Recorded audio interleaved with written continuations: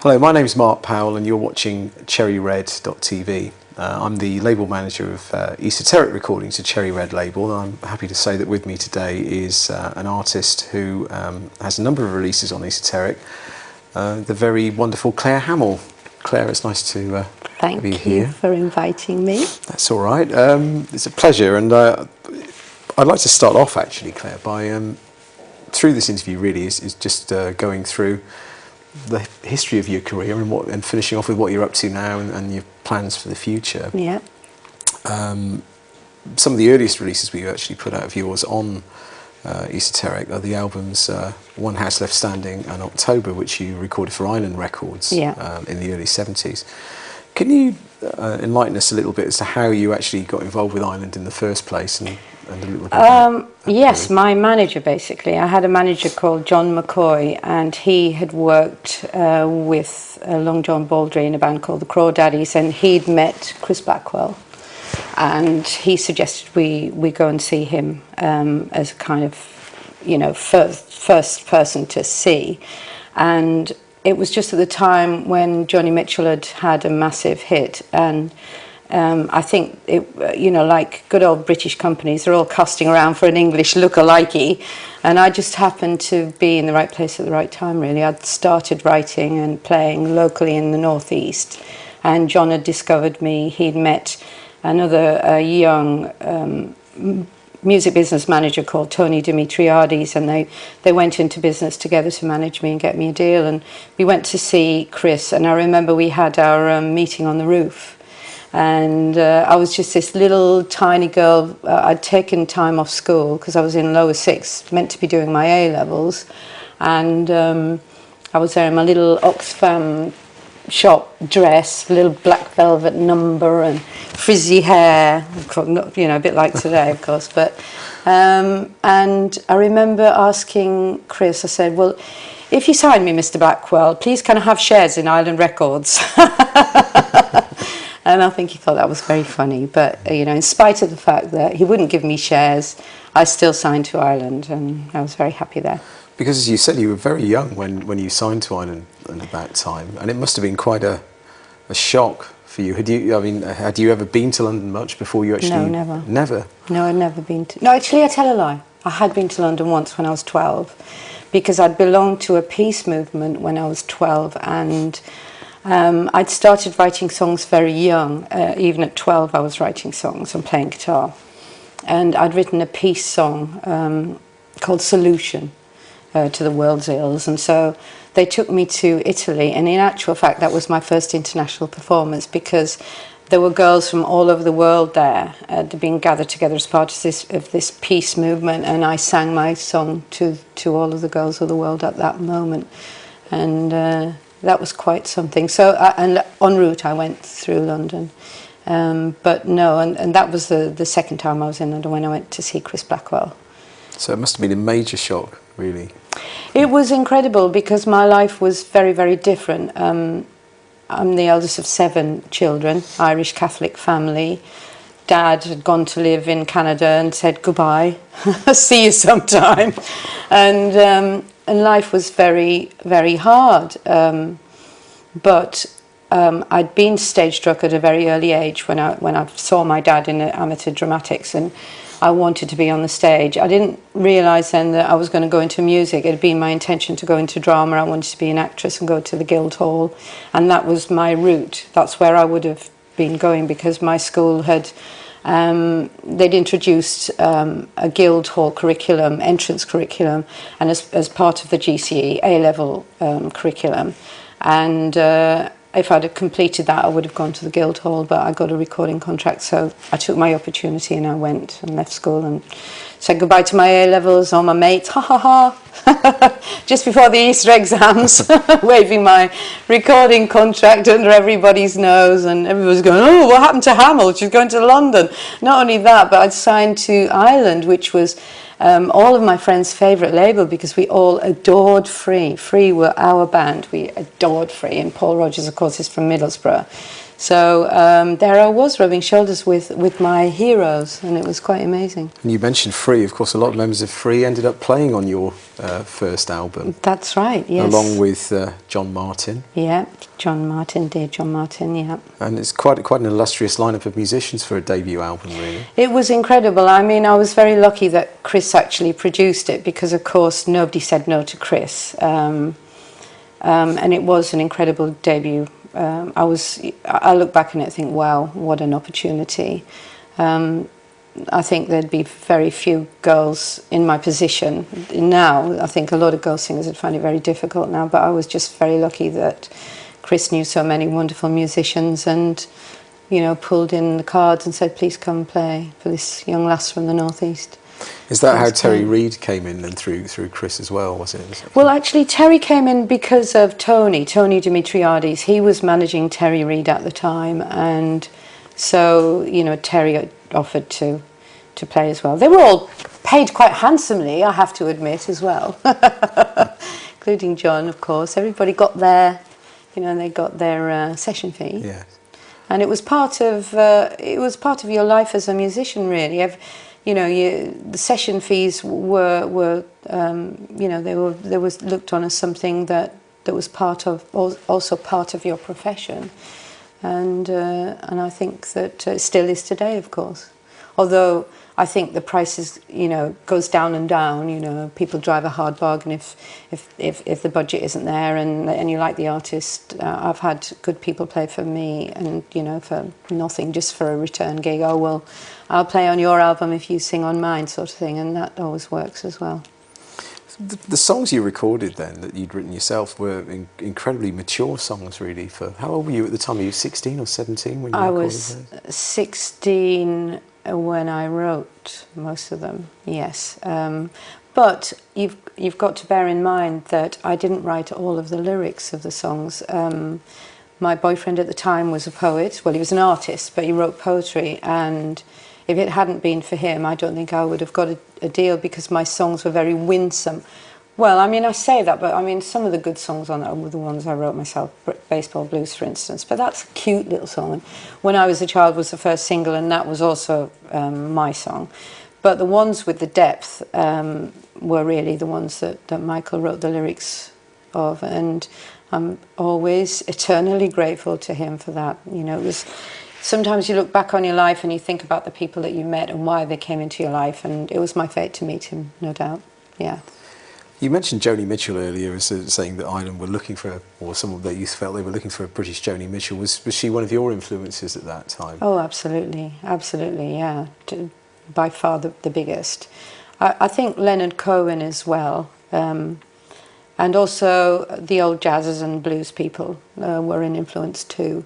But Joni especially, I think, was the biggest influence. I think I was already playing the guitar by the time she was famous, but she was so young, so beautiful, had such a wonderful sound, and I suppose she was, you know, my greatest inspiration, because then I was able to say, great, I am like her, you know, because before then, there hadn't really been anybody that I could say that I was like to anybody, because I was just sitting away in my bedroom playing my guitar.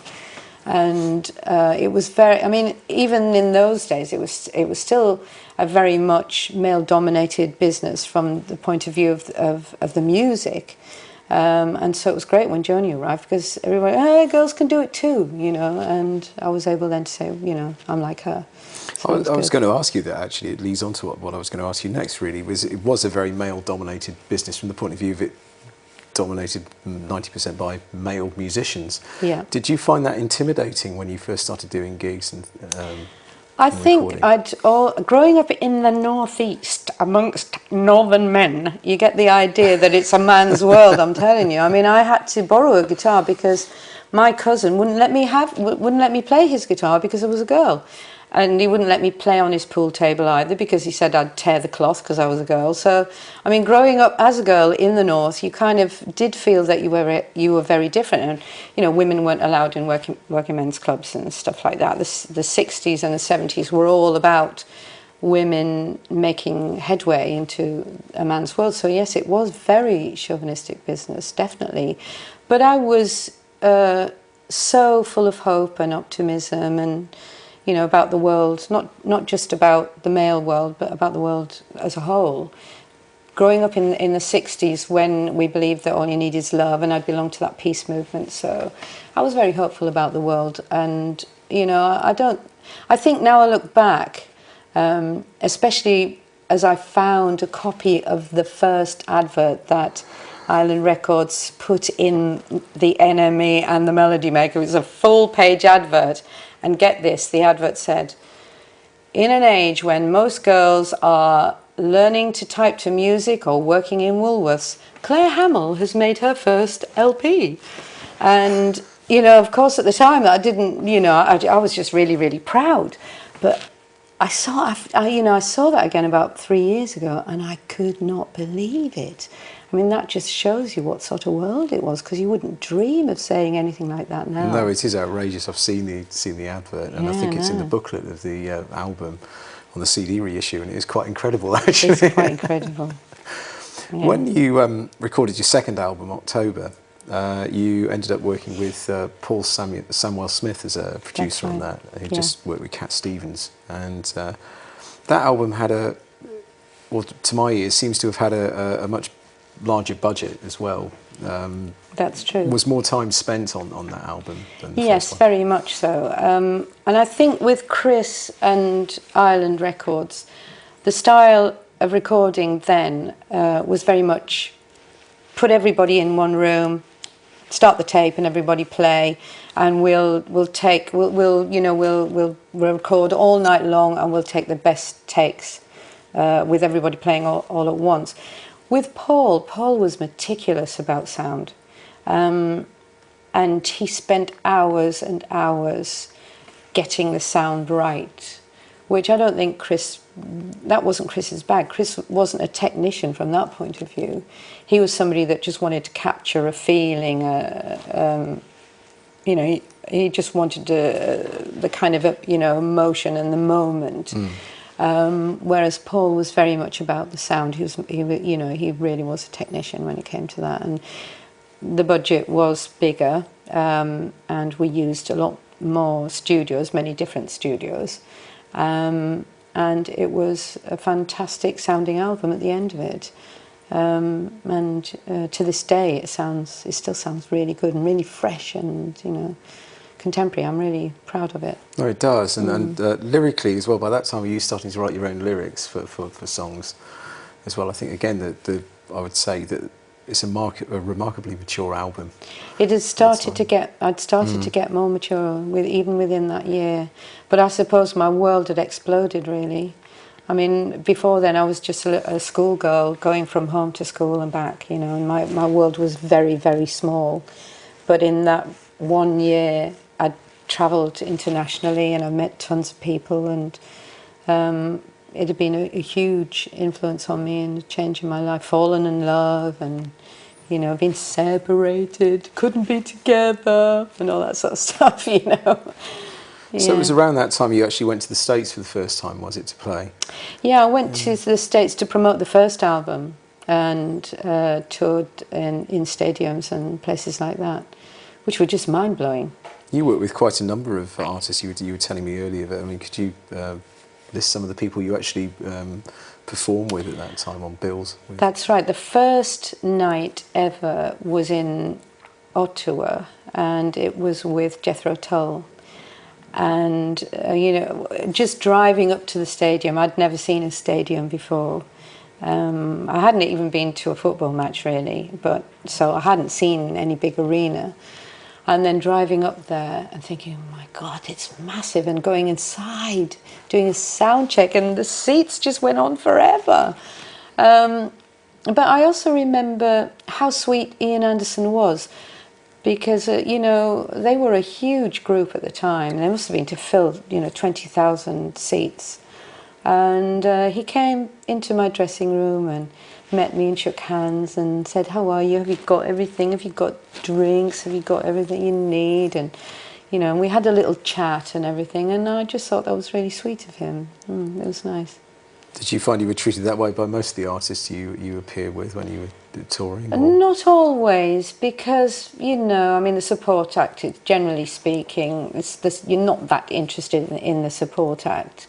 You're too wrapped up in your own thing, and fair enough, because it's stressful doing gigs. You know, you get taken there, you do your sound check, there's lots of waiting around, getting the drum sound. Oh my God, I hate those drum sound checks, banging away, they're really boring. But so, you know, and you find the stress mounting. I don't think the support act it's the last thing on the headline act's mind, I think, really. So it wasn't always true that people made the effort to come into my dressing room and meet me. But Ian Anderson did. He stood out. People were always sweet, but, you know, if you'd bump into them in the corridor or else something like that, they were always nice to you. It's not. I don't ever remember anybody being nasty, really. There probably were some, but I've managed to forget them. So yeah, it was quite something, really. So it was Procol Harum after Jethro Tull and a few blues people, and then coming back to England and then planning another one later on. You know, going back out there. But then it was more. I did more of the clubs. The next time I went back to America, and I met a host of other interesting people as well. Such as? Bill Withers, he was a good one. I did a club in Philadelphia with Bill Withers, and so I was still very much in my, you know, folk singer mode. I used to sit down. I always wore low-cut tops, you know, because I thought, well, you know, use your assets, girl. And I remember having this fantastic low-cut black top from Granny Takes a Trip or somewhere like that with rhinestones all over it. But I had this long skirt with embroidery around the bottom. And I did look very folky. And when the audience piled in, it was, you know, a sea of black faces all staring up at me thinking, and you know, they're going, who booked her? You know, we're in, this is Bill Withers, we come to see Bill Withers, and so there was an awful lot of racial abuse coming my way that night, you know, and I really had not been prepared for it at all. So it was a kind of not a very good booking, but it was a very good education for me, because I stood my ground, I did my set, my half-an-hour set, you know, with people going, shh, you know, how long's she on for, man? Get off the stage, Whitey! You know, and all just, it was amazing. But Bill Withers was lovely. Again, he was just very paternal, and he used to call me Poughkeepsie, and I thought that was so sweet. And then I found out it was a little industrial town north of Philadelphia, and I thought, well, he got that right, didn't he? Little industrial town, Poughkeepsie. Come here, Poughkeepsie, it'll be okay, don't worry. So that was fun. And soon after that, you became assigning to Ray Davies's label, Kong. Yeah, that's right. How did that actually come about? Well, my manager, Tony Dimitriades, was a very interesting person, and he had it in mind that he wanted to manage Ray. I think, you know, I mean, Ray is immensely talented, and I think he thought that, you know, he would guide him through the next stage of his career, and he was ambitious, and so I don't know what it was. He must have been talking to Ray, found out that Ray wanted to start a label, and I then became the bait for Ray and the label and getting in with Ray and that sort of thing. And I think he thought that he would start the label with Ray, with me as his artist, and then he would manage Ray, and he'd manage me, and he'd manage Conk, and he'd manage everything. It wasn't to be, really. Ray did start the label. He got the money from ABC, and I left Ireland, and I wasn't happy to leave Ireland at all, because I loved Ireland and I loved being part of that family. But hey, Ray's a star, and my manager said, look, you know, I'm telling you the truth now, it's great, isn't it, all the inside stories. He said, look, Claire, you haven't made your advance back from October, and they only want to do singles with you now. So if you want to do another album, you better go with Ray. And so I reluctantly said yes. And and then I signed to Conk. And working with Ray was a fantastic experience because he is so charismatic, and you know, I went to a couple of his parties and met Lionel Barton. We all sang around the piano and things like that. But it was frustrating because Ray is an artist. He's not a businessman. And I mean, I realised myself how difficult it is when you have to run your career, as I've been trying to do for the last few years on my own. It's not a happy placement being an artist and a businessman. And it wasn't for Ray. Consummate artist, terrible businessman. Couldn't get him on the phone, you know, couldn't reach him. He was often on tour, and, you know, I wanted to get my own little band together, and, you know, he wasn't happy with that. I wanted to move on. I'd been playing the circuit with my guitar for a number of years, and I was bored. I wanted a band. I'd seen other people with bands. I wanted to try it. But he said, no, I can't afford it. Sorry, you just carry on. And I was just bored, really, bored and frustrated, and so I drew back from Ray in a way. And then I met a chap called Rick Gretsch who wanted me to be a country singer. He wanted to be Gram Parsons, and he wanted me to be Emmylou Harris. And I didn't know anything about country music, and he said, come meet me in Leicester, and I'll play you, you know, some country music. And so for a whole weekend he just played me, you know, record after record until you know. But I'll never forget the first time I saw Dolly Parton. That was something. I went, what is this person? But that was very interesting. So I got into country music for a while. But then, you know, I approached Ray and said, I want to do country and I want to have a band. And, you know, he said, no, I want you to go with this producer and do a single. And then, you know, being petulant and bloody-minded, I said, no, I'm not going to do it. And then, you know, we kind of broke apart. And I haven't seen him since then, actually. But it'd be nice to run into him, you know, sometime with the piano, and we can have another sing-song. Because after you were with Conk, you then went through a period where you actually sang on a lot of other people's records. For example, Wishbone Ash were the major one. You actually went on tour with Wishbone Ash. I did, yeah. And you also worked with people like, if I'm right, I think you played with, you sang with Steve Howe, is that right? You sang Steve Howe, yeah. Yeah. And you appeared on a John Evangelis album as well. That's right. Well, I had strong connections with Yes because my manager had managed Alan White, the drummer with Yes.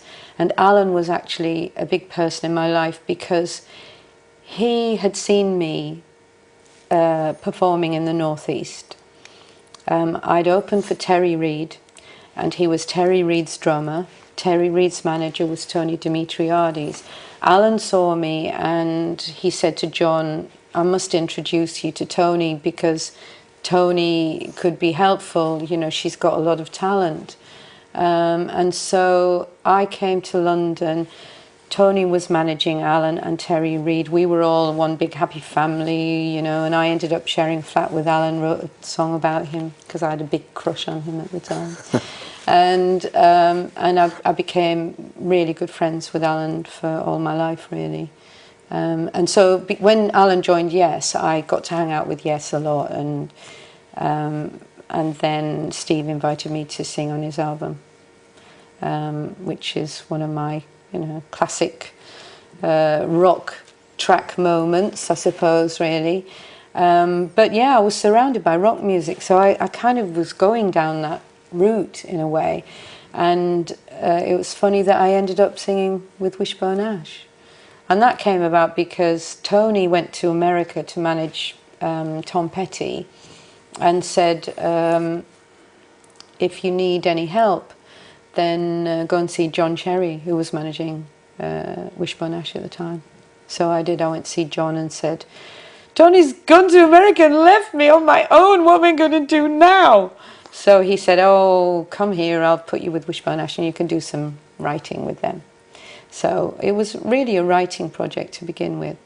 And then I did some backing vocals for them. And then I didn't tour with them straight away. I think it was after the second album that I toured with them. And it was fantastic. Because it was the first time I'd ever been in a major band and, you know, had the whole limo thing and had the main dressing room. I'd always had the second dressing room with just, you know, a carton of orange and 2 bottles of beer. And now I had, you know, the spread and the whole thing. It was fantastic. Yeah, I loved it. Was it different for you as well, sort of singing on stage with a full band as well? Well, it was very different, and it had its own difficulties because my voice actually is not strong enough for rock. And I was trying to be Janis Joplin, I was trying to be a rock singer, and I just couldn't manage it. What actually happened is that I developed notes which I've still got to this day, and you can actually hear them. It's that grainy quality in my voice, those are nodes. And in fact, I did get those on tour in America when I first had my band. But then when I joined Wishbone, they just all came back again, and I lost all of my high notes. What happens is, you know, you get these calluses on your chords, and then you can't press your vocal cords together to get the high notes. All you can get are the middle notes, and you can't get your notes. So it was just horrible not being able to sing high anymore. But I loved being in the band, the music, the sound. Oh my God, I loved it. I just loved it. The power. It was fantastic. It's such a heady mix. And to this day, you know, if I'm ever with a band, I just want to just be right back there again. I did some charity work recently in my town, and I sang with a band, and we did Sergeant Pepper. And it's just fantastic to be there in front of drums and guitar and bass and keyboards. Absolutely wonderful. And I only had 2 songs to sing. Well, actually, no, I did sing the whole album along with a load of other people, and my voice held up quite well, I'm pleased to say. So who knows? I might have another band again in the future. But I did have to, you know, to actually more or less leave the band because my voice couldn't hack it at the time. I'd overworked it, overused it. I suppose not too long after that, you then made your first album for Beggars, Banquet, which is Touch Paper. That's right. Which is quite a radical departure stylistically for you. Or if anyone was associated with your, or knew your early albums, it's quite a difference in style. And you work with people like Gary Newman That's on that true. record. Gary Newman, yeah, I must have like one of the only albums that Gary ever guested on because he was a complete recluse at the time.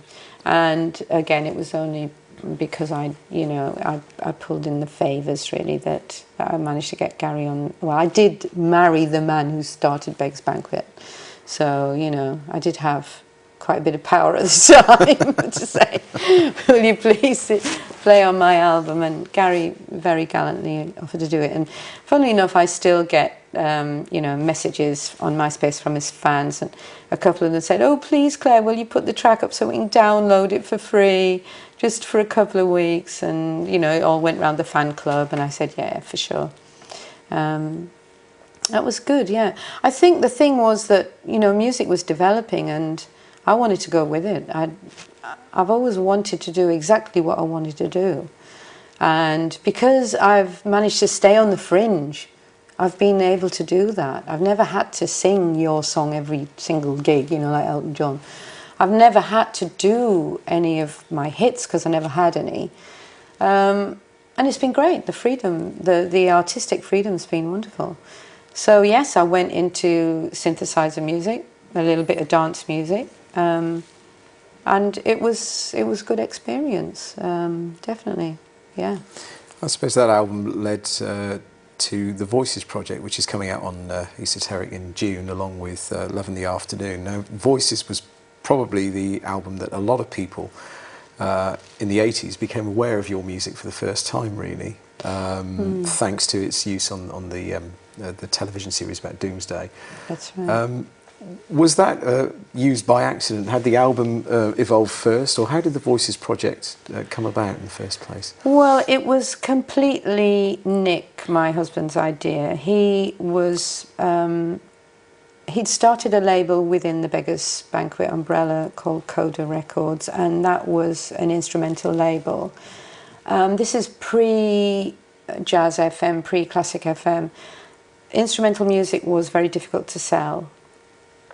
And he had gone to America to a trade fair and come back full of, oh, there's this new thing in America, it's called New Age music. It's amazing. It's just a little plinky plonk piano, and they do videos, and they just watch a fire burning in a grate. It's amazing. It's really, you've got to do one. And I said, what do you mean I've got to do one? He said, you've got to do an album, just something ethereal, really, ethereal vocals. Don't have no words. And I went, excuse me, I'm a songwriter. And he said, no, please just do it. And then it'd be great, and we'll do a New Age thing, and I'll be able to sell John Themis on the back of it and all these other people that he had on Coda. He said, we'll just market it as New Age music. And so I said, oh, okay, fine, I'll do it.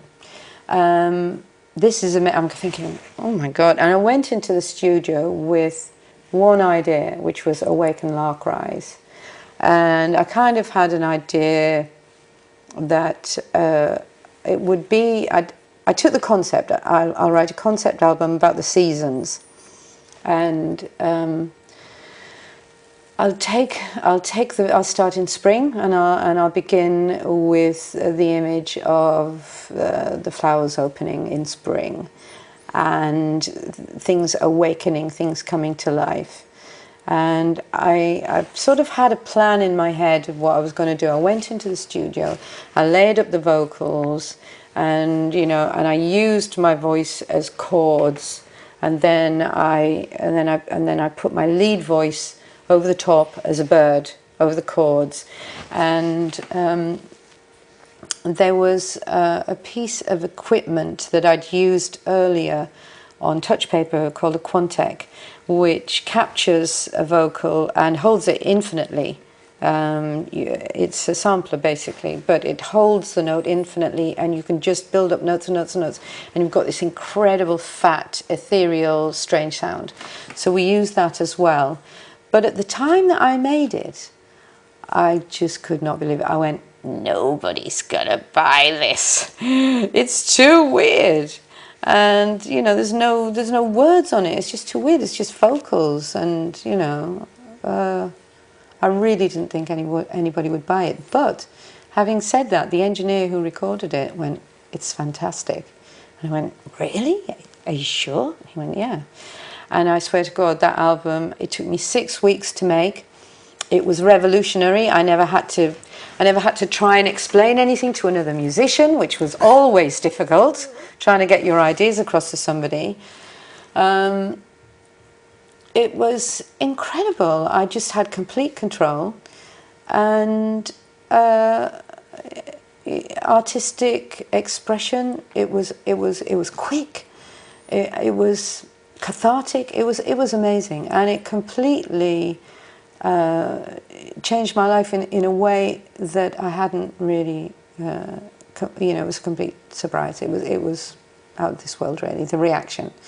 And had I not been the mother of 2 small children, I think probably I would have made so much of that opportunity, because the reaction was incredible. So much so that they had people writing in to the BBC. They had sackloads of records. They had so many sackloads of letters. I mean, they had so many letters that they had to mention me on Points of View at the time, because they needed to let everybody know who it was that had written the music for Doomsday. And it was incredible.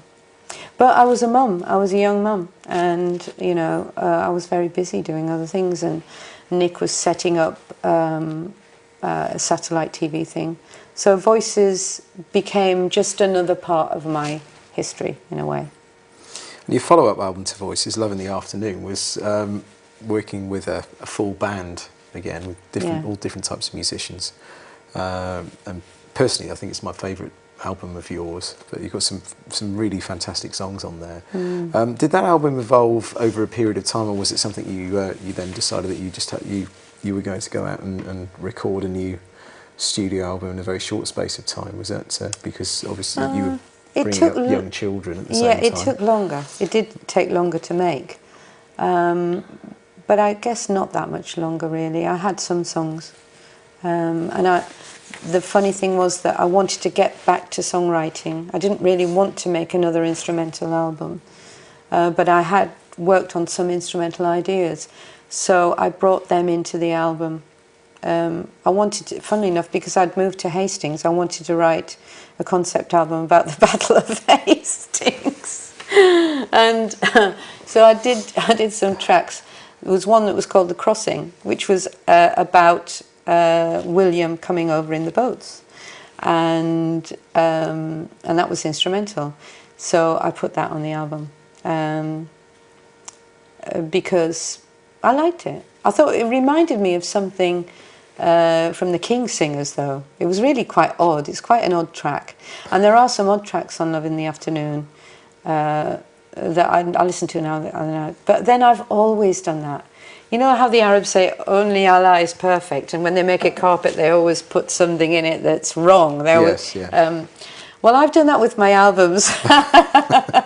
I've never made a perfect album. I think probably Voices actually is the closest I've ever come to a perfect album, to be honest. I don't think there's anything on Voices that I don't like, apart from maybe I did use a guy singing something about Auf das moosige Ufer. I've forgotten what it is now. Something lie down on the mossy bank in German, and I don't really think that. Maybe now I should have had that bit on, but no, all my albums are flawed in some way. There's always one, but I love Love in the Afternoon, and it has my favourite song on it, which is Trees. I think it's beautiful, and Glastonbury as well. I love that one.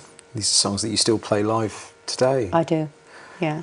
You took some time off then from recording and so on, and then you came back some years later with again a slightly different sort of change of style, to taking on board the influences of sort of dance culture and things like that. How did that being exposed to that influence come about? How were you always aware of the? Well, the dance thing happened because I fell in love with somebody who was a dance DJ, actually, and he was looking for a girl singer, and he'd met my brother, who was a DJ of Cuban and salsa music in a club, and they got talking, and he said, "Oh, my sister's a singer. Oh, what does she do?" And he'd heard my album, so he knew I could sing. He'd heard the Voices album and was intrigued by me, and then he tried to meet me, but I just wasn't interested in dance music. I remember my brother saying to me, "Oh, you've got to meet this guy, this young dance musician, he wants to work with you." And I went, "What, dance music? What, you mean boom, boom, boom?" "I don't think so."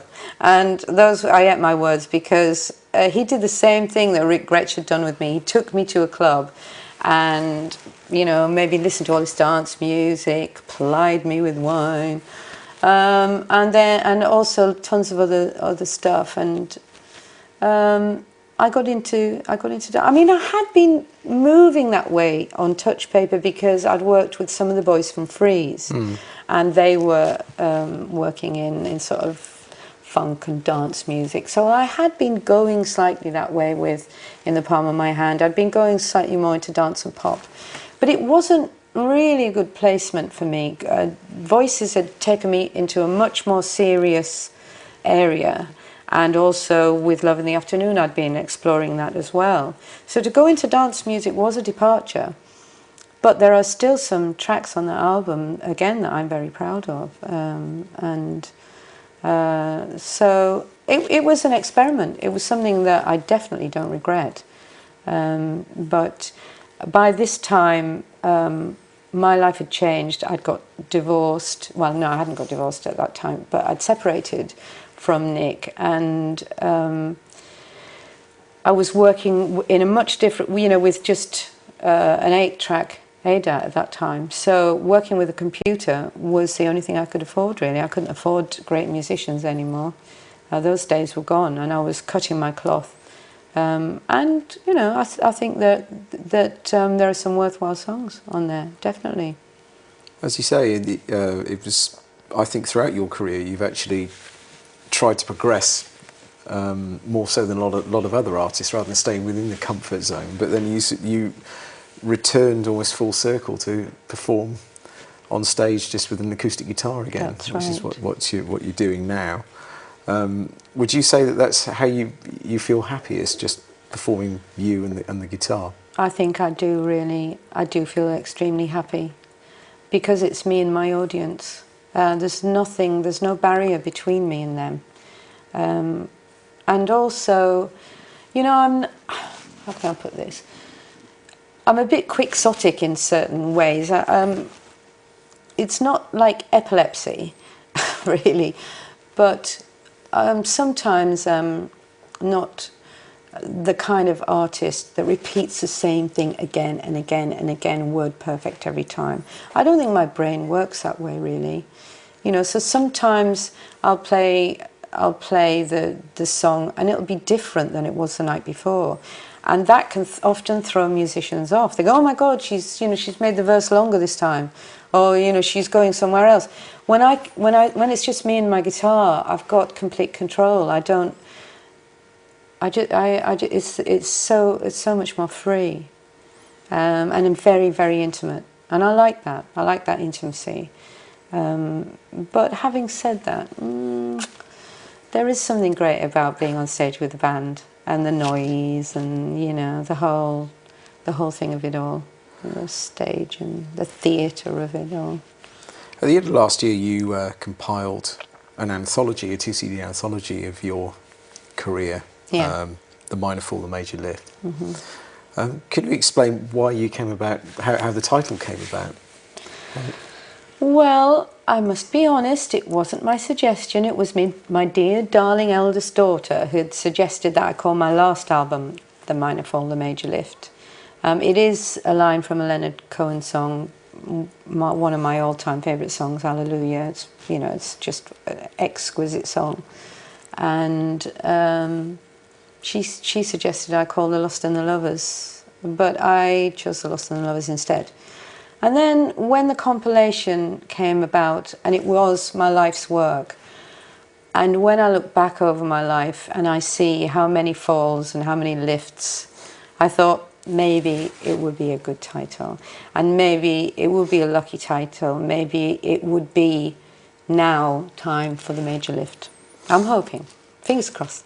Well, you're out on the roads doing some concerts in May. Yeah. And you're playing in the UK, and also you're playing some in Germany, you were telling me as well. Yeah, that's right. And have you any other plans later in the year? You mentioned Scandinavia, you possibly will be going there. Yes, I'm going to Norway, and I'm hoping Norway will develop into Sweden and Denmark too.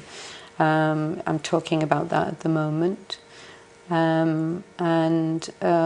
I just want to sing all over the world. I love the world. I want to love the world with my voice, and I want to go everywhere and take my music everywhere. And now my kids are grown, I've got the time to do it. So your passion for music is still undiminished then? Oh, it's absolutely undiminished. In fact, it's come back. There was a time when my children were small that they were the focus of my life, and they still are very much the most important thing about my life, but they don't need me so much anymore. And so I can get back to what I love about my life and what I can do. And so I am just so looking forward to it. It's going to be great. Yeah, definitely. Claire, thanks very much indeed for your time. Nice to see you. Thank you. Thanks. Thank you. You're watching Cherry Red TV. Thank you.